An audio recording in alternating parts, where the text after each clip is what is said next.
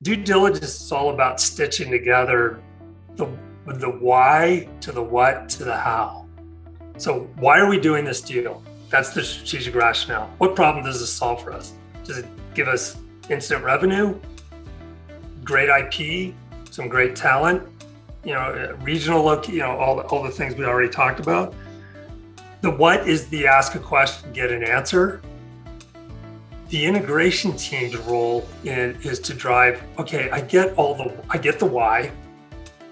I've read the what in the virtual data room. How do you sell?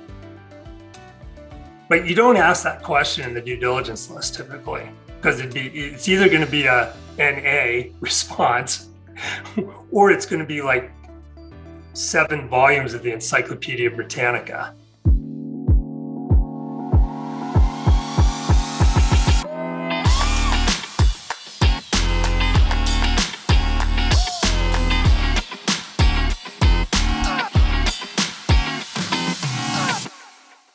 Hi, I'm your host, Kison Patel, CEO and founder of M&A Science. Joining me today is Jim Buckley, Vice President, Mergers and Acquisitions, Integration at VMware. Those of you not familiar with VMware, VMware is a cloud computing and visualization technology company.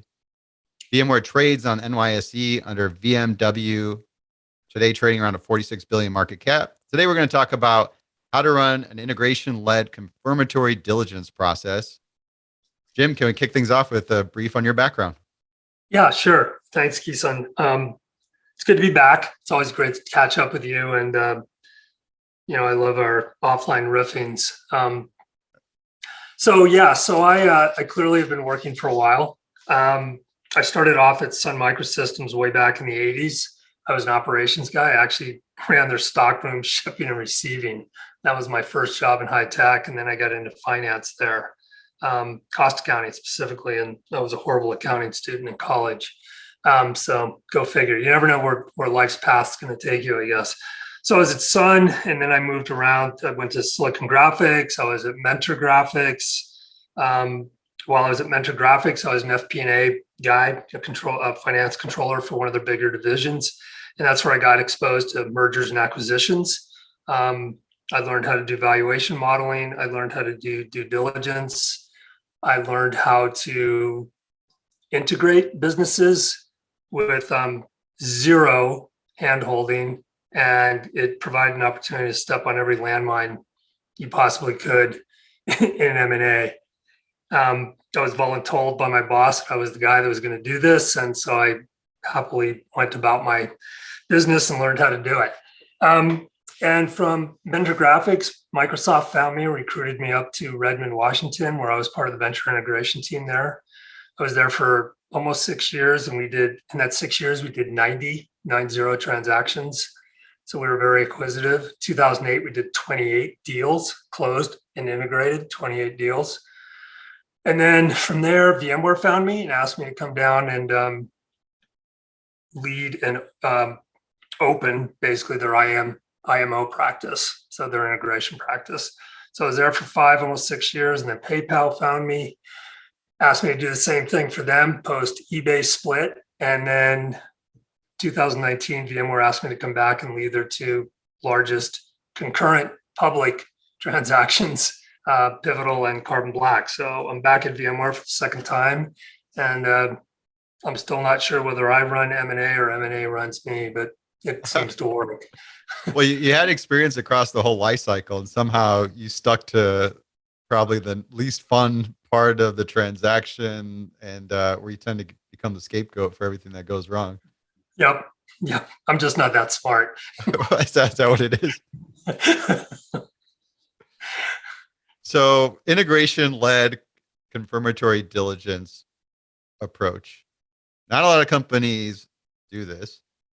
In fact, I've asked a number of practitioners, and nope, not a lot. So I'd love to get the background and how'd you get exposed to it, come up with it? Yeah, well, I'll go back to when I was at Mentor Graphics. We had no corporate development team. We had no integration team.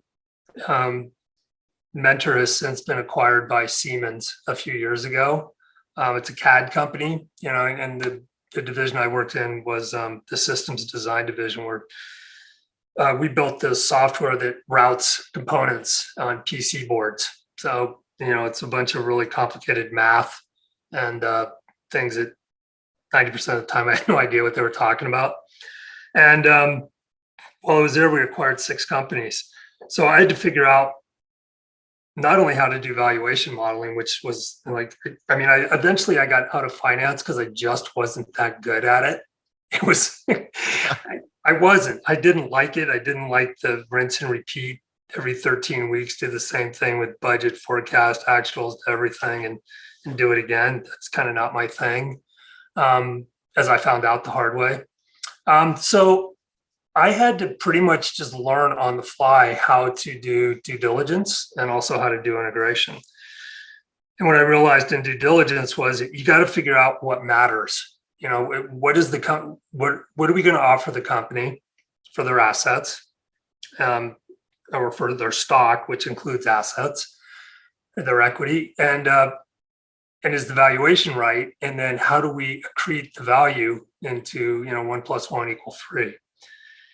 And I'll be honest, the first couple were more lawyer-led due diligence processes, outside counsel, which is more just some, you can go online on Google nowadays and download a due diligence list.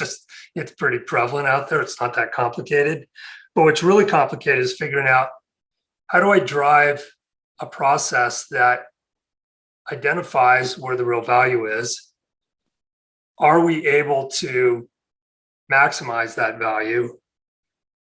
And finally, is there anything at the target company that might suggest this is not the right company to acquire?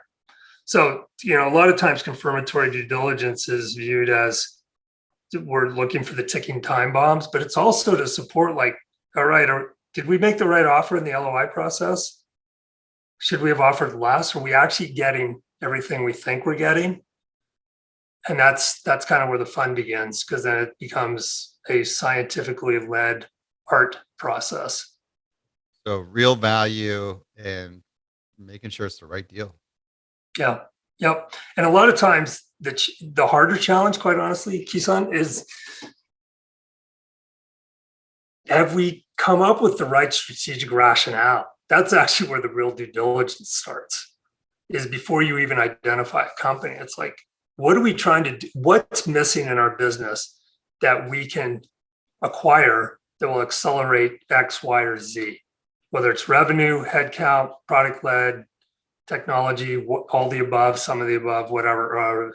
Regional location, like, we're not in the Nordics, so let's go buy a company in the Nordics and be there day one, have a footprint, versus hiring a country manager or regional manager and growing the business organically, which takes a while. So, really, to me, due diligence starts with those early discussions with the execs that are saying, we need this, whatever this is. Should we build it or should we acquire it? And if we're going to acquire it, what are the likely candidates or victims that we can put through our process? So what does it mean when the integration team leads a confirmatory diligence process? What's the difference? So it took me a while to really figure this out, because, like I said earlier, I'm not the smartest person in any process by far and away. And really what it is having integration lead the process more firmly assures that you're going to create value post-close. So Corp Dev acquires value. The integration team creates value. I think it's just that binary, right? I mean, you can spend $10 million in a company and say, this is what it's worth. And that's all the math, right? That's in the valuation model. You've made certain assumptions. You've valued it. You've done the cash flow. But that's like buying a house. There's no guarantee that house is either going to increase or decrease in value. You just don't know, right? It's economy. It's Econ 101 at its most basic form. And so having the integration team as early and maybe not the whole team, but at least the integration lead, and maybe the BU finance person or M&A finance and HR, and certainly the BU. you're privy to those early conversations. Okay, I know what you guys are trying to do with this. So this is what I'm going to ask, and this is what I'm going to listen for. And now I know what to do. Once we get the close, assuming we get the close, I know what to do to accrete value out of these assets. When you get to I guess looking at the specific differences between corp dev running the diligence process versus integration, you got some clear goals that you're after because you have responsibility for creating the value. But anything in terms of the approach itself that's different? Yeah, it's Corp Dev rarely ever gets the company to be acquired logo tattooed on them. The integration team gets the logo tattooed on them. They're going to live with that thing for a while. So short of getting it lasered off at some point down the road, Corp Dev is largely, not exclusively, transaction led. Right? They go from deal to deal to deal to deal, and that's what they should do. That's what they're supposed to do. They're always looking out for that next deal. The integration team, it's a bit of a long trudge, and you got to live with it. You got to realize it. You got to drink all the Kool-Aid and say, this is what we're doing. This is what the North Star looks like. This is what creating value looks like. Now let's go do it. Do we have all the pieces to do it? So that's where the difference in my experience is. Corp Dev typically will hand off. And I'm not saying it's a throw it over the wall process, although I would imagine some people have experienced that. If there is a hand, to me, it's again, I'm not that technical, but I think electrical engineers understand how to continue to drive power through a process. Like the power to your house is regenerated, right? It's not consistent from the point of generation to the end point, right? It has to be regenerated along the way, kind of kickstarted. The more handoffs you have in a process, it's that same sort of analogy. Like you can lose a lot of the secret sauce from handoff to handoff to handoff to the point where if you started 100% at the beginning, you could only be at 90 or 85% by the time the integration team gets what they need to understand and know and do something with. And 15% on a big transaction is a big number. We have the continuity of the process, essentially knowledge transfer is the big benefit. When we look at what diligence is, ultimately a series of requests for information, clarification questions, how is that different? Well, that I think is kind of the interesting part, because I think that due diligence is all about stitching together the why to the what to the how. So why are we doing this deal? That's the strategic rationale. What problem does this solve for us? Does it give us instant revenue, great IP, some great talent, regional look, all the things we already talked about? The what is the ask a question, get an answer. The integration team's role is to drive, okay, I get the why. I've read the what in the virtual data room. How do you sell? But you don't ask that question in the due diligence list typically, because it's either going to be an A response, or it's going to be like 7 volumes of the Encyclopedia Britannica. What you really want to do is sit across the table from the head of sales or somebody that's really in the know, their proxy, their chief of staff or right arm, so to speak. How do you sell? What drives you to be able to hit your revenue numbers? What does that process look like? How deeply embedded are you guys in the product development, saying, hey, our customers are asking for this. I could sell a lot of this, but we don't have it. And that's where I think the integration team being part of the how and understanding the how and asking the how, that's where you realize, I know what to do with your business and our business. I know how to insert tab A into slide B. Because it's all about the how. Then you can better connect the dots. Yeah. What about any other benefits, getting into technical details? I'm looking at my notes. I don't know what outcome versus output we referenced before. Yeah, no, I think so outputs are something that are driven at a tactical level, right? You ask a question, you get a response. You ask a question, you get a response. You understand the why, but how do you plug the what and the why together? So that ends up being an output. The integration team is trying to drive to an outcome based on all those outputs. So the North Star is an outcome. We're going to fully integrate. We're going to partially integrate. What are the drivers of those decisions? Is it cost benefit analysis? Is it like we just don't have those systems, so we can't? There's no there to plug into. So that's where, and you and I think have talked about in the past. The thing I don't want to lose is the opportunity to suggest that some of the most important due diligence to be done is on the organic side, the buyer. Like, do you actually understand how your company works? And I would say most people, if they're rigorously honest, well, they don't really fully understand how their company works. Like, VMware is a very, very, very complicated technology and selling process.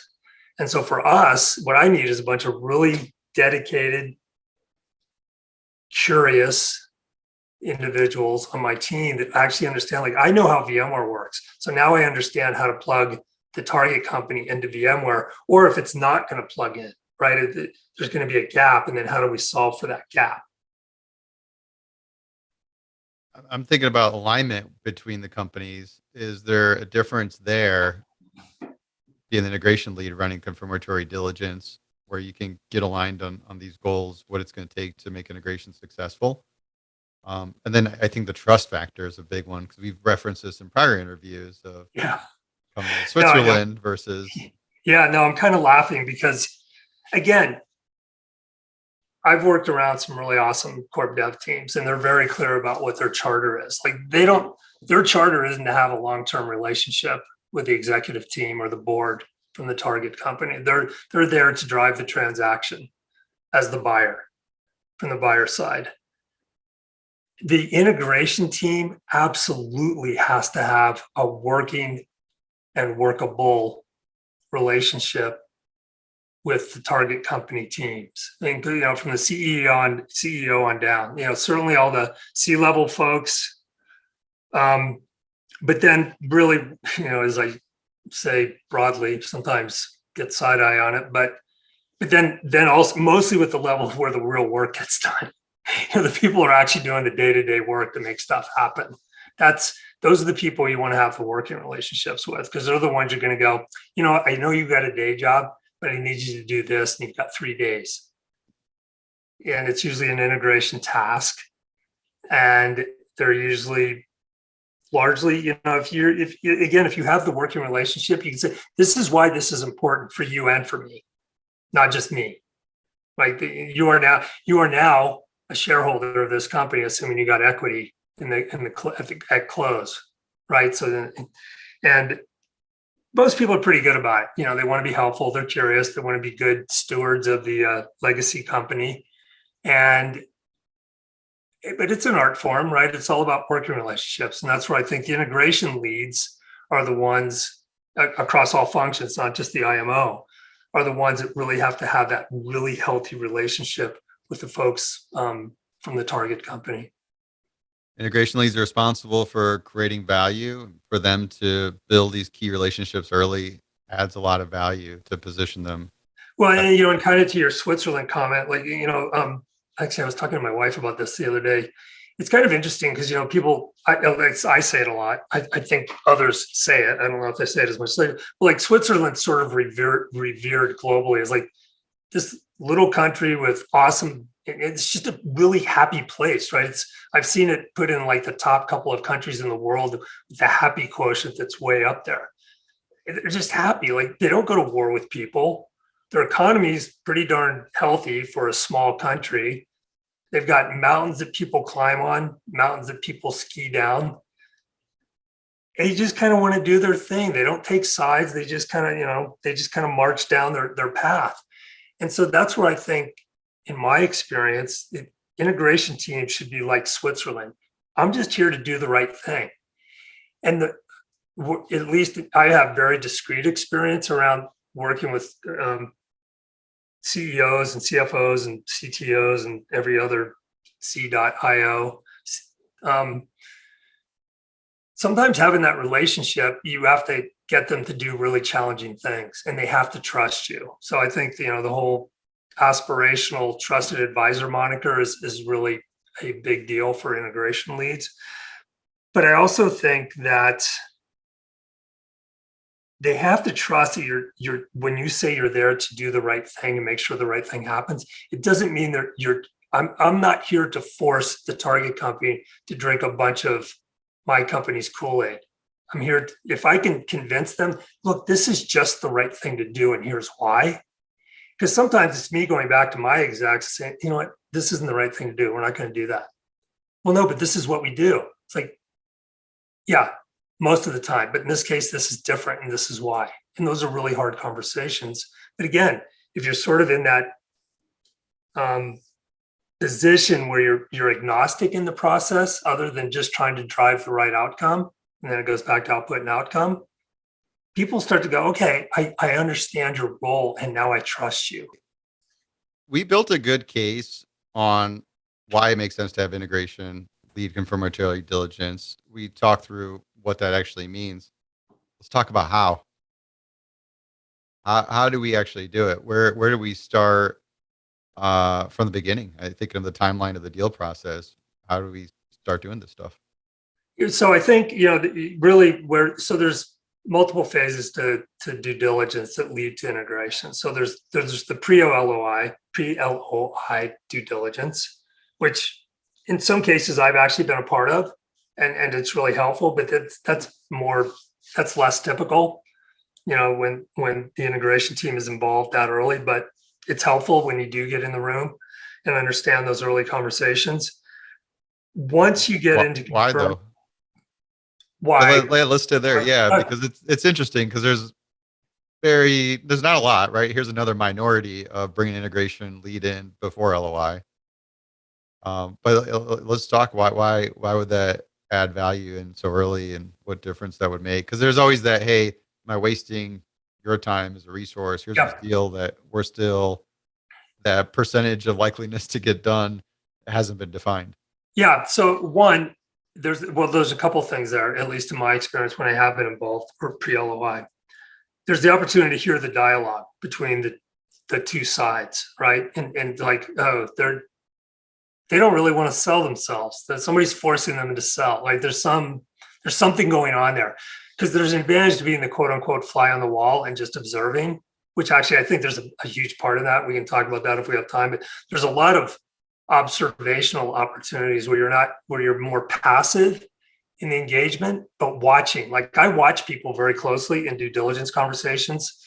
Like, how are they reacting? Like, is there, I've been in meetings where like the CFO is like, but he's on his phone, like, He's probably sitting there going, okay, this equity times this, he's probably trying to figure out his self-worth or something. I don't know. And then there's the execs or the proxies that are really leaning in, like, I'm really interested in this. I'm really excited about this opportunity. That matters, right? Because as you go forward, the CFO is probably doing that because, we only have there's only one CFO and it's not you. So that, he's like, I'm out of here at close. So I don't, whatever. But I think too, that there's the opportunity to then also hear the responses and start to synthesize very early in the LOI discussions. We can or cannot do this. We can or cannot do that at a really, really, really high level, because it starts to indicate I'm going to have to dive deeper into that in confirmatory due diligence. And the how is going to be harder than I thought, or it's going to be easier than I thought. But just even those little glimpses into the future are huge. Because let's be honest, most deals make it to close. I wonder, maybe somebody that's on the participant list is experienced. Like, I've never done the numbers, but I gotta believe, it's a huge percentage that once you engage, I'll bet you it's over 90% to make it to close. And so all of that is predicated on those really early conversations. It's just, people get emotional about it. They get emotionally invested. I've got, maybe it's just because I've been doing this for decades. It's like, I don't get emotionally invested. I really I've been sort of a blunt force trauma instrument. In some discussions are like, I'm just here to make sure the right thing happens. I don't really care about you or, what your net worth is going to be or anything. I'm just here to make sure that what we're going to pay for, we're actually going to get and be able to do something with. And that's hard, but there's a lot of people like, oh God, we got to do this deal. Well, why do we have to do this deal? Well, they've got some great IP. Okay, but what are you going to do with that IP? Well, we're going to add this functionality to this product. Is it going to drive more revenue or are you just getting IP? Like, again, that's where the due diligence is, in my opinion and experience, is really both sides. But, when you got to maybe be a little more gentle with the people that are actually paying you directly, into your checking account or savings account. So it's like, I'm not trying to career limit myself necessarily, but yeah, it's taking those early conversations and really, I got to dig deeper into that, or, wow, that makes a lot of sense. Actually, I don't know if they know what they just said, but there's more value there than we're ascribing value to. Like, there's so much that can happen in those early conversations, and they don't have to be big, long, drawn out conversations either. Okay, I got it. So pre-LOI, you're in observation mode. This is enabling you to get early intel or for glimpses of the future, which help you identify areas to focus. And a lot of times, this is where a lot of the certainty of the deal ends up happening, is in this phase. Why not? Why wouldn't you want to have your integration lead involved pre-LOI? Trust, I think, is a big thing. Not every corp dev team and integration team have a wonderful relationship of trust. Some of it's just company culture. It's not because they're bad people. Nobody's a bad person. In terms of trust, of you leaking the deal out to the street, or? Yeah, or so I'll go back to Microsoft. So I was the only non-exec level person that was part of the Yahoo project when Microsoft was looking to acquire Yahoo. It was a bunch of very senior execs, very senior legal people, and others across the company, but all of them had star.vp in their title somewhere, general manager. And, here's the scraggly integration doof, sitting there. And my role, was to build the integration approach and to drive the due diligence process around Yahoo. So small job, did it on a Saturday. But it was complicated because of the secrecy, right? There was no way it could leak. Like, it would have been disruptive to the entire tech industry at that time, for like 3 days, because everybody has short memories and they go, Microsoft, Yahoo, whatever, big numbers, but so what, kind of thing, right? So there's that aspect to it where you need to be respectful of confidentiality. You don't want things to leak. A lot of companies, they have the little like iPad or whatever outside the conference room that says what are the meetings scheduled for that conference room, and that's why a lot of teams use project names. But so all of a sudden people are looking at like Microsoft Yahoo discussion on the conference board. So there's that aspect of it. But then some of it is just, some people just don't think there's value in having the integration lead there. It's like they'll figure out what they need to figure out in confirmatory. And I don't agree with that, but I respect it. If that's your approach, that's your approach.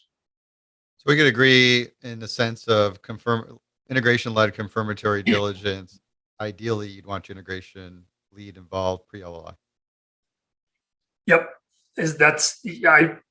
I'm a huge believer in that. And some of it too is the integration lead needs to bring something to the party though too. There's like, you can't just say, I just need to be invited. Well, why do you need to be invited? You have to be able to attribute what that process helps downstream and informs downstream. Because people. So what should that introduction be like? It's like, who's Jim over there? Or hey, here's Jim. He's actually our lead integration, and he's the one that's going to create value.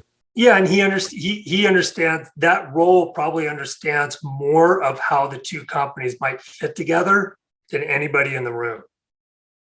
And that should be important to the target company as well, as like, oh, that's the person that's going to walk us down the red carpet post close.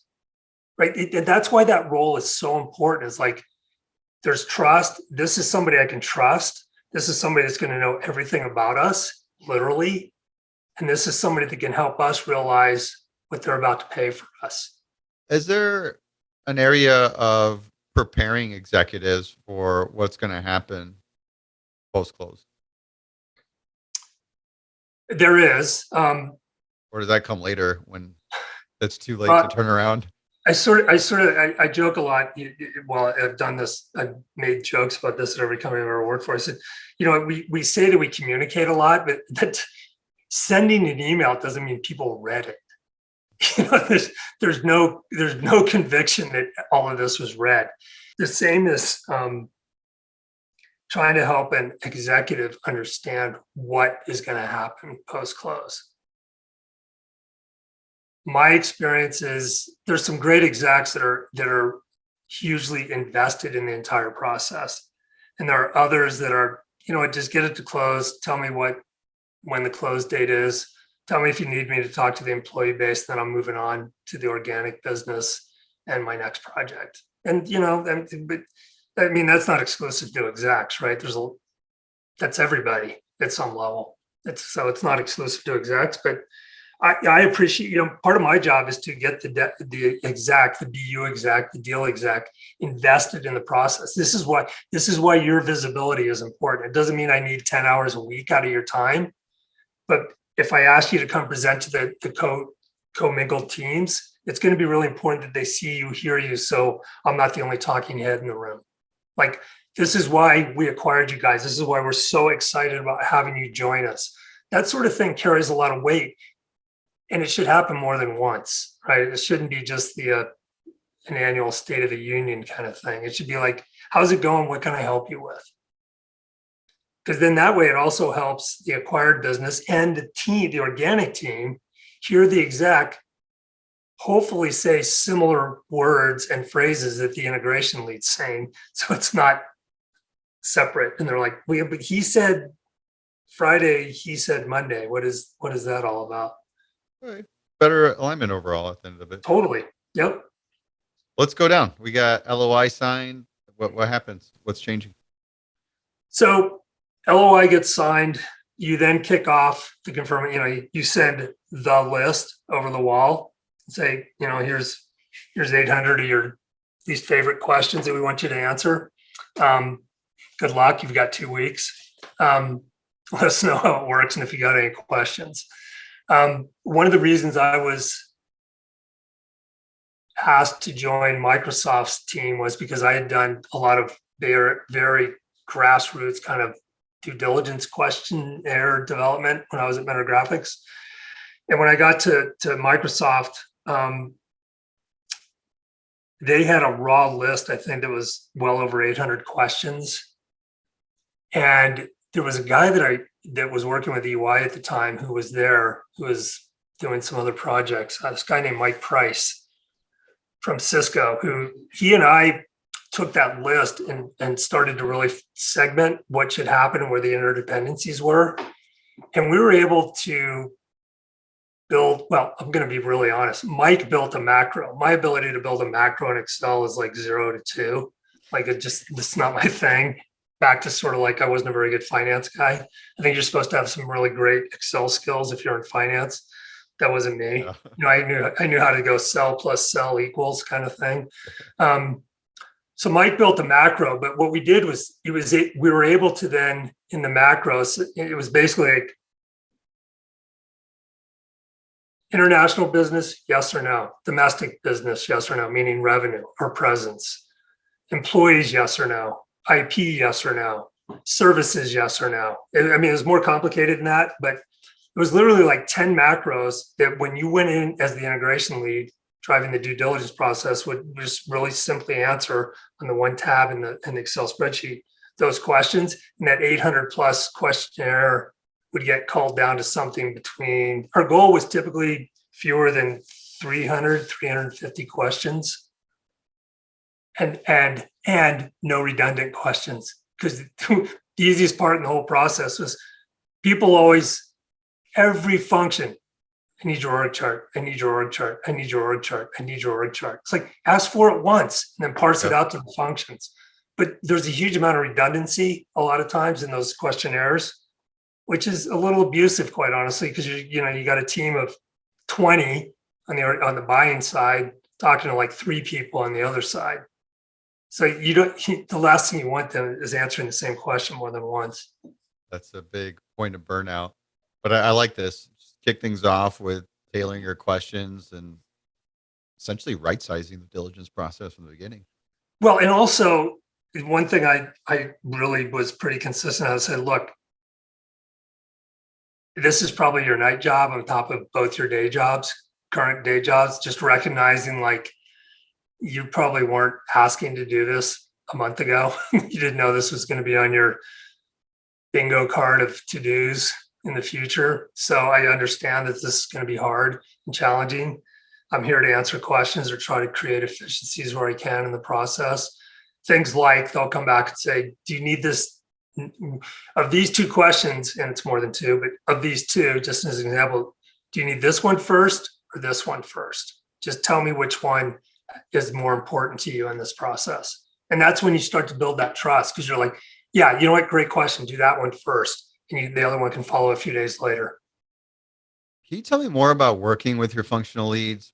Because there's the typical confirmatory diligence, but if you're an integration lead running confirmatory diligence, I would sort of be inclined to assume that you would want to do more preparation for integration, or even have some of these integration leads start thinking more about the how to prep for that integration. Is there anything around that sort of allows you to get? So there is, but I think the other thing is it's not just the integration leads with an integration team leading the confirmatory due diligence process. One of your clients in that process is still also the corp dev team. You still got to inform them based on the findings, like, you know what, your valuation assumptions remain true, or it's getting a little sideways here. We need you guys to look at this and inform them, because ultimately the integration team isn't going to have a valuation debate with the target. It's going to be the corp dev team. But there's others too, where legal is also, there's the big confirmatory questions that drive support evaluation, support of key assets, support of, do they have any toxic agreements, toxic employment agreements at the very senior levels, or commercial agreements, those things. Those are the sort of things like, yeah, the acquirer has to make a decision. Do we want to bring those over and remediate them or not? Or do we want them to remediate them before close? So those are the sorts of, so there's people upstream in the process or clients as well. But the functional leads, the sooner you pull them in, because there's an opportunity to keep the team small in the early stages, meaning the early days, literally, or hours of the due diligence process. And then you start to bring in people that over time, again, so you don't overwhelm the target company. Because I'm sure everybody on this podcast is, I've been on teams like 75, 80, 90 people all up involved in due diligence and integration planning. It's like a 50-person company you're acquiring. You're like, this makes no sense whatsoever. I think one time real quick, Kison, is like, I think I told you, one time at Microsoft, I actually went to the execs, the CFO and the head of legal, which was Brad Smith at that time. I said, you know what, if you guys will give me the opportunity, I will prove to you that I can do a full-blown due diligence integration process with one sheet of paper as the due diligence questions. So less than 50 questions, 2-sided, 25 on each side, and 5 people all up. And they would laugh because they were like, and Tammy Reller I did a lot of the online business deals at Microsoft when I was there. She's like, you know what, Jim, if there's anybody that I think is nuts enough to try to do this, it's you. So that's not what it is, but there's just too much risk. Like, what if it doesn't work and we've got egg on our face. Like, you guys have a great rep out there, for due diligence and integration and deals. Why would we want to risk that? I said, well, I'm just telling you, I can do it. I can convince you that I can do it, but they never engaged. You got to get there at ground zero when they're just standing up the corp dev function and they don't have people to do I any still of it. think it can be done, right? I mean, it's like, who knows what's left of my career path, so I might still have the opportunity to do that. Yeah, right. Okay, so we brought in functional leads, but also partnering with legal, corporate development, kind of getting them understanding of the findings as they're coming up. Pretty typical. Anything different with maybe the way you're working with the target company? Again, I'm just kind of curious more if there's more thinking around the integration planning. So that's, again, back to the how, right? The how really leads itself to the integration planning. How do you sell? What platforms, what are your platforms in which you start lead generation to quotes to bookings to, the whole lead to cash life cycle? At some point, you do have to, in the how, figure out the platforms, the policies, and the processes. One of the things that I'm pretty adamant about at VMware is really nobody gets to say the word platform unless they include policy and process, because those three have to travel in unison. You can have, everybody's got some flavor of Salesforce.com nowadays, right? But it's the policies and the processes around the opportunity management that really matters. The platform, at the end of the day, it's just a big database, right? I mean, it's great technology, but the process and the policies around opportunity management are what really matter. Who owns the opportunity? How is that determined? Who gets to value that opportunity? What are the approval steps from finance and or legal to make sure that opportunity is identified as it goes and becomes ultimately a booking? When does that happen? How does that happen? Who's involved? Like, that's the sort of thing that's hard to get to in a due diligence process. But like, hey, that's way downstream. I'm like, yeah, until it's not, until we realize that you don't have very many policies or processes, and your sales team is going to come in and start selling both your technology and our technology. They're about to get an onslaught tutorial of what our policy and processes are. At the end of the day, the opportunity management system is just a system, but it's how is it set up to support the processes and policies. So that's an example of how important that is to understand that in due diligence and then apply that to your integration plan. Like, it's like two ships passing in the night. We're never going to get these two to collide or collude or both. But how do we get them closer? Or do we keep them separate for a while? That's always an option, but it's never, in my experience, the desired option. Yeah, it's identifying some of these issues earlier. It's really, and that's what due diligence is. It's like the easy stuff's the easy stuff.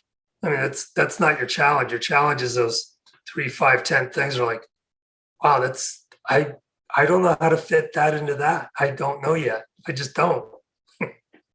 Run this through, get to close, announce, all the same? Anything different? Well, so I like my teams to build a preliminary integration plan as they're doing due diligence. It doesn't have to be complicated. But one, it helps me understand that they understand what the goal is, what the ultimate outcome. So there's a preliminary integration plan that is developed during as early in the due diligence process as possible. That gets further informed during the due diligence process so that when you get to close, and then maybe close plus 30 days, and again, it depends on size of deal, complexity of deal, right? There's a lot of variables that inform this. But within 30 days, ideally, you have an agreed upon confirmed integration plan, and then people are hitting the road out of the gate. They know what to do. They know who to talk to. They know where the challenges are. And they run with all the HR person on this side, the HR person on that side, the head of product on this side, the head of product on that side, the head of platforms and infrastructure on that side, et cetera, connect all the dots and all the people. Say, go do your thing. And then we meet and check in on plan development and execution against plan. But I think I think it's too easy for people to kick that can a little bit down the road, and it's 90 days later, and then you're a quarter of the way through the year. I'm a firm believer that the agreed upon integration should be executed in under 12 months. That's pretty aspirational in a lot of companies. I mean, it doesn't include things like legal entity consolidation and things that just regulatory or otherwise are just really long tails. I'm not talking about that, but in terms of running the business as part of your business, it shouldn't take more than 12 months to do that. You're getting their teams better prepared to execute. Yeah. So again, the more you know to the left of the process helps you shorten the process to the right. It's pretty binary. It's simple. I mean, if I can do it, anybody can do it. So what if your company doesn't have a dedicated IMO? Is this still possible? Is the integration lead alone enough to lead confirmatory diligence? So the caveat is size of deal, complexity of deal, size of business, complexity of business on both sides.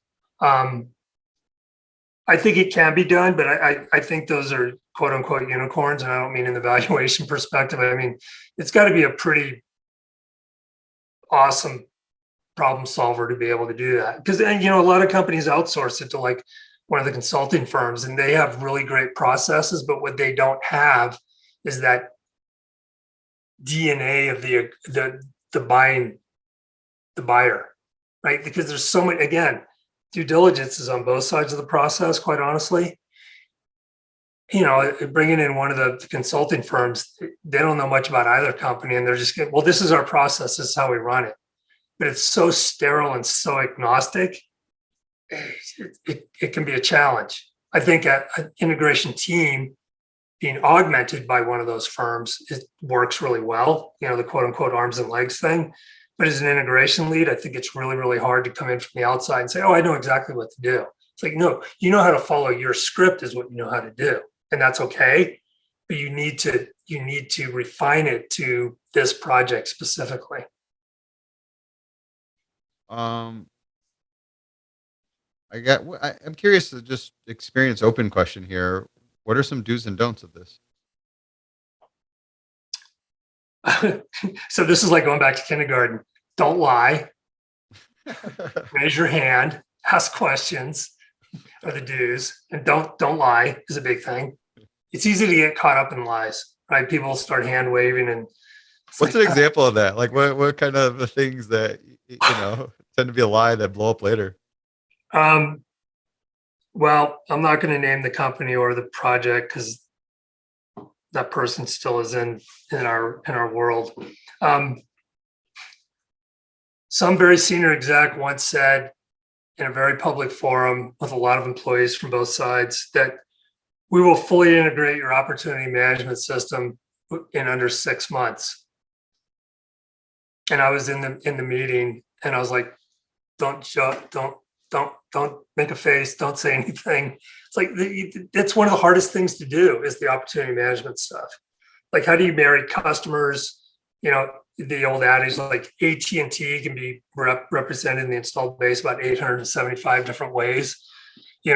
Uppercase, lowercase, ampersand, no ampersand, kind of thing.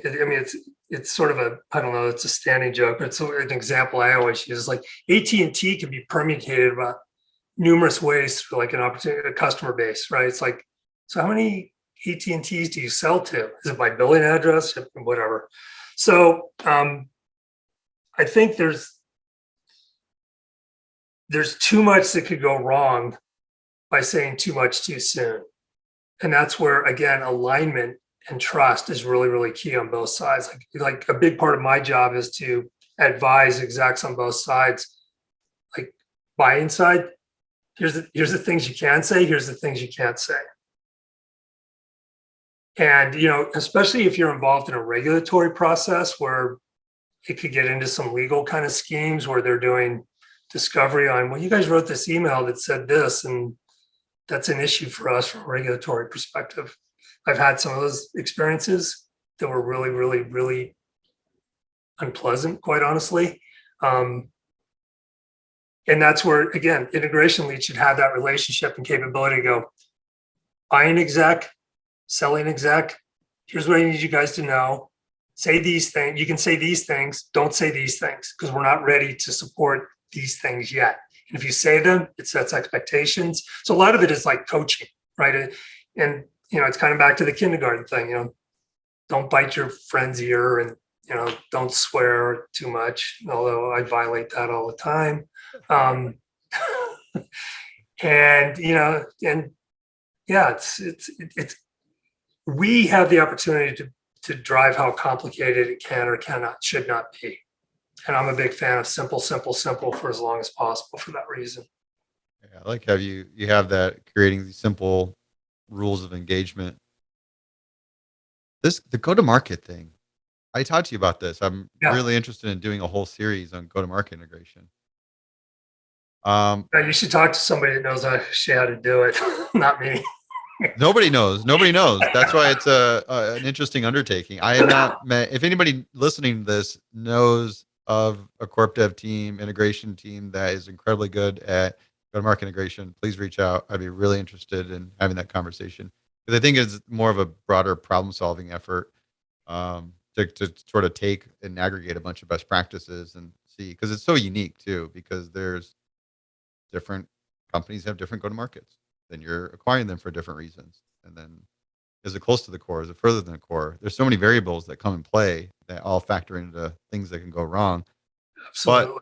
But given our topic today, is any of that help with the go-to-market integration? Yeah, it does actually. Because, the thing again, that it took me a long time to learn, and sometimes it was by making big mistakes, was the more you treat go-to-market like a unicorn in the process, the more it becomes a unicorn. My approach is you treat go-to-market exactly the same as you treat the rest of the process. What do you sell? How do you sell? I don't care about your terminally unique comp plans. I really don't. We have people that will deal with that, but that's just math, right? It's not, right? There's incentives and salespeople are wired differently based on comp structures and all that stuff. But when you boil it back down to kind of the basics of what due diligence is supposed to find out, it's like, how do you sell? Do you sell, nowadays, what business isn't largely SaaS and subscription? So you sell SaaS and subscription, yes or no? How do you do that? What are your metrics that you drive to? Do you have dashboards you can show us? We want to make sure your dashboards look like our dashboard, but not so much the optics, but the metrics that are included in them. Do you look at monthly recurring, annual recurring, consumption metrics, et cetera, all that stuff? And that's where those are just industry standards. So when you keep it sort of at the industry standard and less about, we're very unique in our selling approach. The minute I hear unique, I just like, oh, this is going to be really hard. I don't like unique. I don't want unique. I want vanilla. Can we make it vanilla? Just vanilla, not spumoni, not some weird kind of mixture of all kinds of flavors. But you have to distill it back because you can distill unique back down to baseline and then build from there. But if you start at unique, i.e. complicated, the process self-complicates over time already. So you go from complicated to super complicated to I have no idea what's going on complicated. And that's, you hit buzzsaws at that point where you're like, I don't know how to solve for this. So make it as simple as possible to allow you to get aligned on the fundamental of the strategy and how this go-to-market is going to come together. Is customer journey a part of that? Do you sit there and really get into, hey, what's customer journey look like from customer? Yeah, it's interesting. And I don't know if you asked that question on purpose based on other conversations you had. So for me, integration is all about, you only have to solve for two things: employee journey or experience, customer journey or experience. If you solve for those two, knowing that you can double click really, really deeply on both of those. And that's where the secret sauce is you kind of double click through all those. But if you think about what you're trying to achieve, and especially if the deal has revenue, the best employee experience or journey that you can drive, and the same for the customer, the partner, or the channel, whoever's driving your revenue stream. if you solve for those two things, again, simple. If you keep those two simple concepts in the front of your cerebral cortex for as long as possible in the process, it just really, really makes it simpler for longer. Because those are the principles you drive back to. It's like, okay, what I'm about to do next, is it going to make the customer journey better? Yes or no? It's almost binary. Okay, got it. That's part of the integration plan. Next question, or next goal, right? And you just keep it bouncing back against that.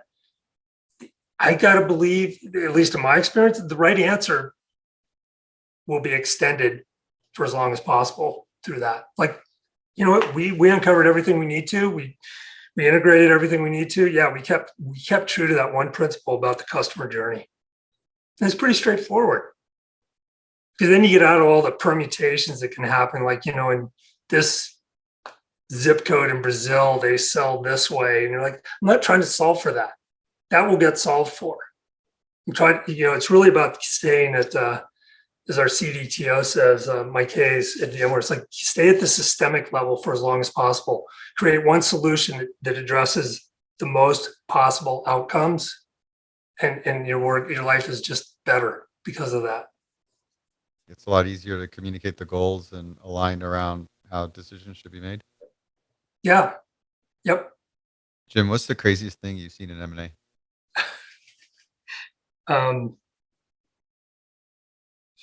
The fact that I'm still doing it.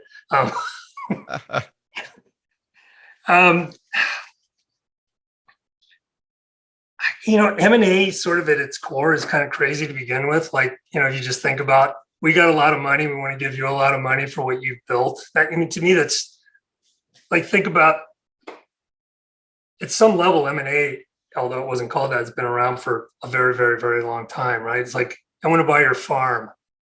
How much you want to give me for my farm? What comes with the farm? What doesn't come with the farm, right? If you think about it, it's at most basic levels, kind of that thing. Yeah. So crazy as in terms of like a challenge, because I'm that stupid runner guy, right? So to me, crazy equals biggest, hairiest challenge I can take on. I think some of the regulatory processes that I've been involved with, those to me are just crazy, because it's a whole bunch of economists, lawyers, regulators, all trying to tell you what you can and can't do. And you're like, and they don't really care what your business premise is. They're just saying, and we did a process at a prior company where we, literally we were in the UK going through a CMA process. And what I was led to believe was that it was a very long-standing regulatory process that we were going to deal with. And I literally almost expected the regulators to come out at this hearing with white frosted wigs and black robes. I didn't think I was delusional, and it didn't turn out to be that. But when you hear about the process, you're thinking about, hey, these guys are going to come out in powdered wigs and black robes. This is going to be really weird. I'm going to feel like I'm back in the 1800s. And it wasn't like that. But that's just where my brain goes. So you asked what was the craziest thing I saw. I didn't actually see it. Well, I saw it in here. I didn't actually optically see it. Getting the regulatory approvals is pretty intense. It can be crazy. It's pretty amazing. It's, I learned a lot. I probably learned more in that process about critical thinking skills than I have in any other part of my career. Jim, thanks for the time. I No, enjoyed thank this. you. We're hitting our hour, and this has been a great conversation. I always learn a lot from you. Thanks. And I learned a lot from you. I really appreciate the conversation. If anybody that's still on that I haven't bored to death has a question, just reach out to me, and happy to engage. And let me know if you come up with any other topics. I want to just say that I get a lot of people actually message me asking for your contact. So if anybody wants Jim's contact, it's for sale. It's $500. Just let me know. People want to know how we monetize these podcasts. That's what it is. We sell contact information for our speakers. Well, and I see that Todd's on this. So I still think we had talked to Kison about Todd and I coming on to one of these, and because Todd and I do things differently. We all get to the same result. He's delinquent.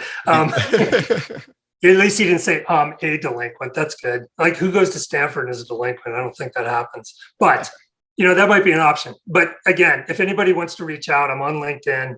I'm happy to engage. I got a lot of scar tissue from M&A and happy to share at least the my learnings. Maybe not the scar tissue itself, but Hey, if you can convince Todd to get on, I've tried. He just keeps turning me down. So I'll leave that to you and welcome the invitation. And I think if you offer to buy him 2 Aero wheels for his bike, he might be interested because he's a big bike rider. I can work that. I cycle. My cousin owns a bike shop. I get stuff at cost. So we can work on that. See, everybody can be bought. At the most base level, everybody has a price. So Todd's got his price. Good luck at Sea Otter. Thanks again, Jim. Thank you, Kison, and safe travels. I know you're heading off to the airport.